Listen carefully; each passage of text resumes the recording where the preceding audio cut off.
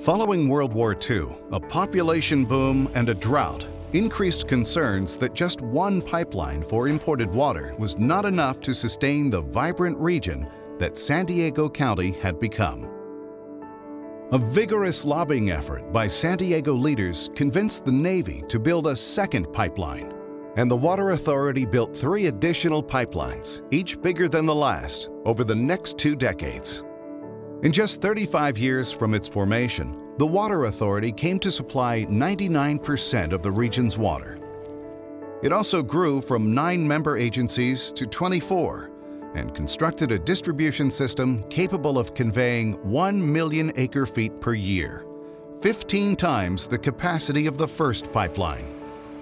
The regional efforts meant that the Water Authority could deliver a seemingly endless supply of cheap imported water.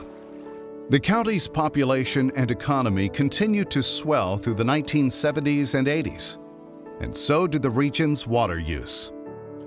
But by the late 1980s, that old nemesis, drought, returned with a vengeance, forever altering the region's approach to water supply reliability.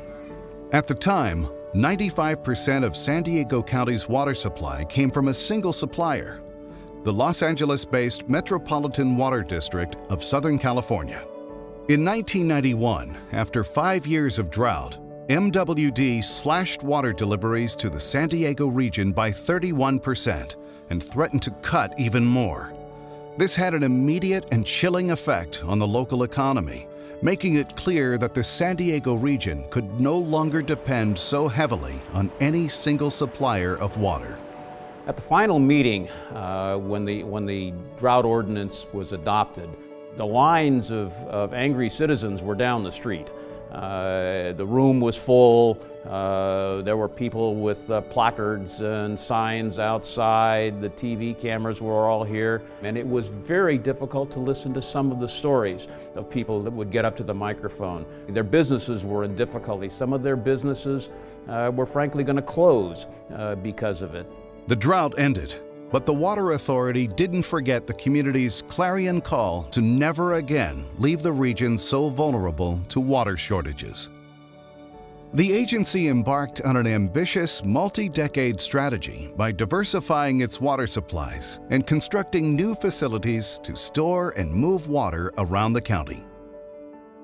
First came conservation. The Water Authority became a state and national leader in promoting efficient use of water through legislation, outreach, and education, which continues today.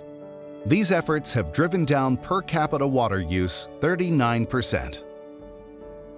The next major pieces were long-term water conservation and transfer agreements with the Imperial Valley.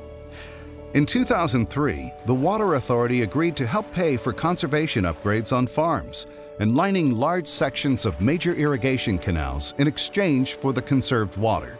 That was the basis of the transfer. The urban sector would take a very small portion of their water, pay a large price in relation to farm water, which then allowed the farmers and Imperial Irrigation to essentially recapitalize their system and get conservation. We found out that that kind of simple transfer gets complex very quickly. And we fought that for about 8 years with litigation and negotiations, and became a very large undertaking.